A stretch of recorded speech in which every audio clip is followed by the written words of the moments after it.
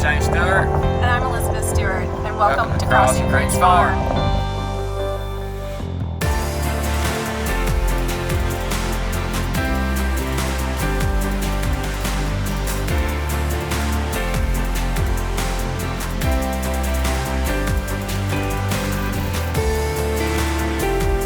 People in Tennessee, why would they search you guys out? Yeah, they're usually looking for a more honest source for their food, looking for a direct relationship with their farmer, knowing exactly where it came from, and having access to full transparency about how their food was raised and how it was produced before, and just how it got to their table.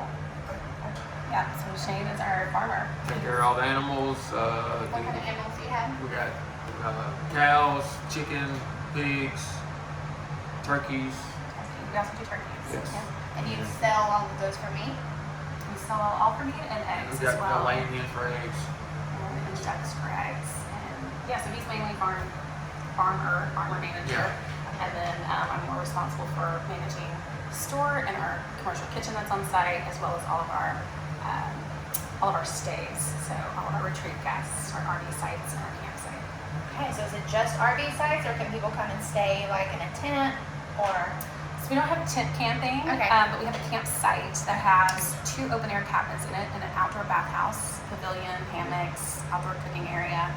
It's a lot of fun. And whether it's 1 of you or 10 of you, you get the whole spot to yourself. So it's private even if you don't need both cabins. But there's a queen bed, bunk beds in each one.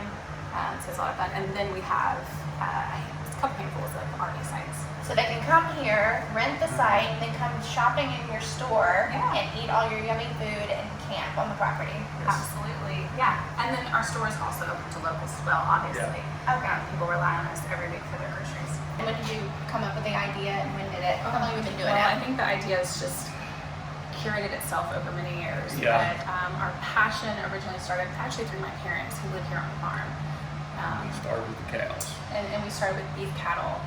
They were searching for just some answers to questions of why are we aging on more prescriptions? How do we age without that? How do we take care of our body in a different way? And so they kind of led the force in that. And at the time, we could not find 100% grass-fed beef raised the way that we really want it done, very meticulously down to the breeding of the animal and the birthing and all those things, the genetics of it. And so it started with beef, and we, as a family, purchased our foundation herd about 14 years ago. Yeah. But we've owned our property. We used lease land until we had our own property, so we've been here about 10 years. Okay, and so you started with beef, and then it just transitioned into stores and gathering all these goodies? Yeah, we started with the cows, and then we went into started with the chickens. Yeah, so we started going, well, now we're really not interested in eating store chicken or pork. Yeah. And as we were growing a customer base with our beef, and they understood our values and our standards, they really were starting to ask for those things. And we were already playing with it a little bit on a small scale for ourselves, and venturing out with that, and it became us serving our community with all things. So, how do you guys feel about antibiotics in your cattle and your chicken? And do you guys use antibiotics? No, so our talk to us about that. Yes, we really try to do holistic practices. Now, we're never going to let animals suffer. That's not our goal. We adore our animals, and so we never want to see anything suffer if it needs something like that. If it had to have, which in over 14 years I can think of one time that there was such a severe situation that animal needed to be. That animal was then removed from our program. So it was enough to save the situation. But no, most of the time we're using holistic practices. We're not even using chemical dewormers. We use natural things. They get kelp for iodine, dolomite, we use diatomaceous earth actually for part of our deworming program. And so yeah, rotational grazing is a big part of keeping their immune system built up, and that's what we practice is intensive rotational grazing. So they're moved at least one time in a 24-hour period.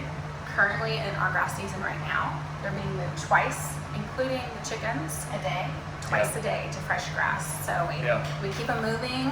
The goal is that when they come back to that same piece that they were in, it's been 6 to 8 weeks. So the sun, the rain, the weather has had time to sanitize the land, and the parasite load has eliminated itself.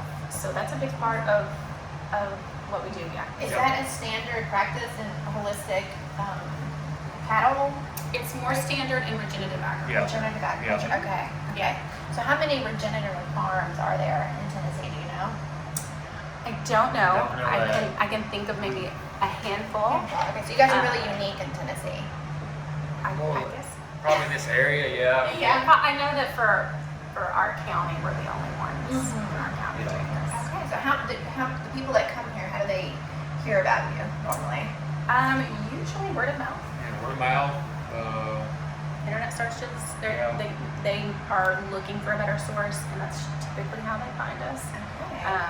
And they drive from all over. They do. They do. Yeah. They do. Okay. You guys are interested in bees, so talk to us about why you want bees. Yeah, so Dave's laughing because I always want to bring home a new species of animals, and I've basically been told stop bringing home animals. But There's no, only so much time in a day. I think, right? so much time and day for this farmer. But no, we've been interested for a long time in bringing bees in for a couple different reasons. One, we are grass farmers. The soil, the grasses, everything to us. And so, and we really try to work not just with our livestock, but with the wildlife, and creating an entire ecosystem here that is healthy and beneficial to each other. So we don't work against the wildlife, we work with it. And the bees would just be a part of coming in and helping to restore the land, helping to keep things pollinated, as well as giving us this beautiful byproduct when they have excess to share with us, to be able to bring it to our store and share, as well as use it to our commercial kitchen, use the honey. Yeah. So that's a big part of why we love bees here. We know enough to know that we can't manage them ourselves. So you're looking for a beekeeper that is chemical free, that uses Yes. zero chemicals in order to have some managed hives on your beautiful farm. Yes, absolutely. So we use absolutely no chemicals, synthetic fertilizers, any of that here, and haven't for 10 years. And it was really abandoned before that, so we don't think that there's been really use for longer than that in here. So we are chemical free, and so we really would like to have a beekeeper that practices the same way with as much holistic management as possible. Okay, so talk to us a minute about what is it, can people just come in here and get all of these goodies, and walk us through what they can walk in and get? Yeah, absolutely.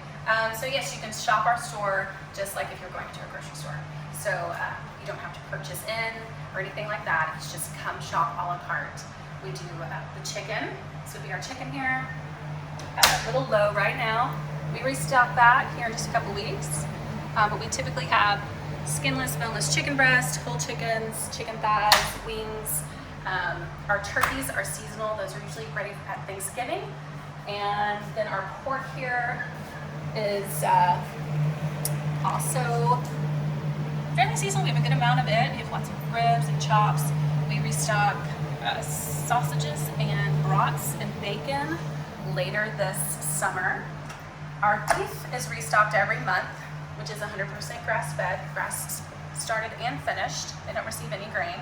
And so we keep a lot of grates in here. One of our classic steaks, our filet mignons, roast, ground beef, briskets, and we are always looking for that beautiful yellow color, which is telling you that it's truly 100% grass-fed with the beta-carotenes. Okay, so talk to us about what you're going to have at the Tennessee Honey Festival. We will plan to bring our freezer trailer and pack in as many meats as we can so that you can shop with us. So bring a cooler or cooler bags, some ice packs, so you can go home with some great meats.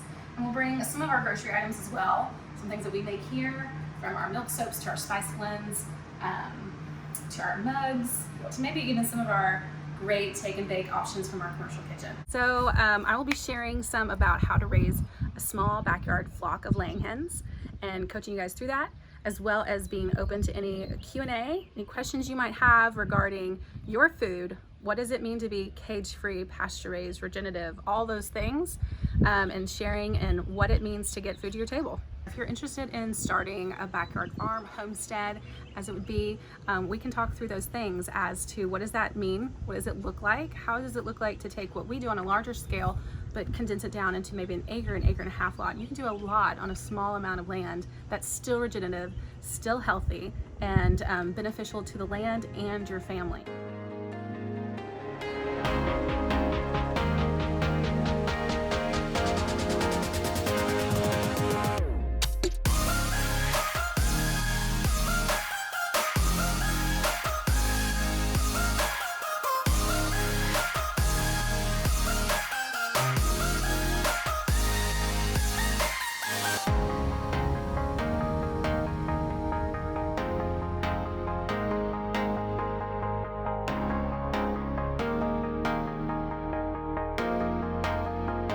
This is Crossing Creeks Farm, and we'll see you at the Tennessee Hunting Festival.